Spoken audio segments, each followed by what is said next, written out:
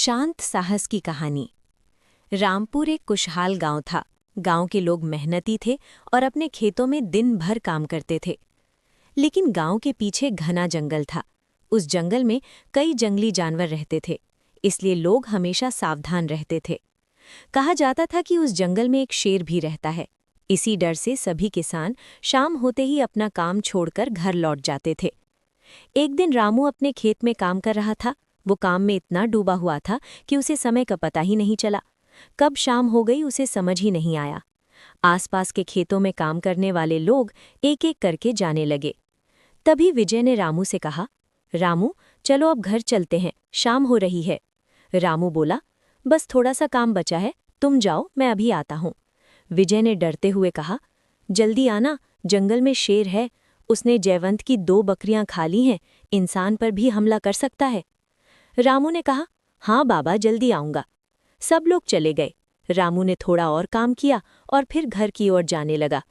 तभी अचानक सामने की झाड़ियां हिलने लगी। रामू रुक गया। अगले ही पल झाड़ियों में से एक बड़ा शेर बाहर आ गया। शेर को देखकर रामू का दिल जोर जोर से धड़कने लगा। उसका पूरा शरीर कांपने लगा।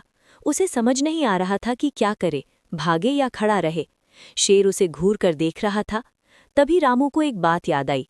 उसने कहीं सुना था कि अगर शेर के सामने शांत खड़े रहें और ना हिले तो वो हमला नहीं करता, लेकिन अगर भागे तो वो हमें अपना शिकार समझ लेता है।